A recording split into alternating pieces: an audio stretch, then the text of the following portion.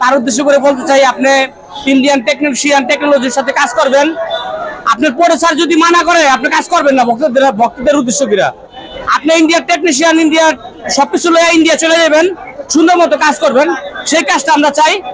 আর আপনি ইদিকের মতন আরো কয়েকটা ইন্ডিয়ান নায়িকা উঠান, বাংলাদেশের কয়েকটা নায়িকা উঠান, আর আপনি সবসময় এগের টেকনিশিয়ান টেকনোলজি নিয়ে কাজ করবেন। নাহলে আমরা ভক্তরা এই কষ্ট পাই, দুঃখ পাই, আমাদের উপরে সমস্যা হয়। কারণ আমরা তো সিনেমা হল ছবি দেখি, আমরা তো 2, 3 বার 4 বার করে 5 বার করে ছবি দেখি, বুঝেন নাই? আমাদের সমস্যা হয়। আপনি কি বলতে চাচ্ছেন যে দুই বাংলার নায়িকা তো মানে তৈরি মেকার সাকিব খান? হ্যাঁ, অবশ্যই। আপনি আজকে দেখবেন মেয়ে যাবেন প্রিয় মালতী বানাইছে, কেউই দেখে নাই। 700 টাকার টিকিট বিক্রি করছে লায়নে, 700 না 1100 টাকা। অথচ মেয়ে যাবেনকে আপনি দেন, আমাদের সাকিব খানকে সাথে দেন। আপনি যদি ছবি না চলে, আমি কোনোদিন বাংলা সিনেমা দেখুন না, মধুমিতার বারিন্দা এসে খারাপ না। যদি মেয়ে যাবেন সাকিব খান জুটি একটা ছবি করেন, রোমান্টিক অ্যাকশন আর বা একটা থ্রিলার দিতে পারেন, 3 সাবজেক্ট নিয়ে একটা ছবি যদি করেন, ছবি যদি না চলে আমি কোনোদিন ছবি দেখুন না। সাকিব খানের সাথে যেই নায়িকা সিনেমা করে সেই সুপারহিট। হ্যাঁ, সেই সুপারহিট। কারণ কি, আমাদের যে সাকিব খান আছে, আমাদের খান সাহেব, সে কিন্তু আপনি দেখবেন তার অভিনয় দিয়া সে আপনার মানে পুরো চলচ্চিত্র টাইনা নেয়।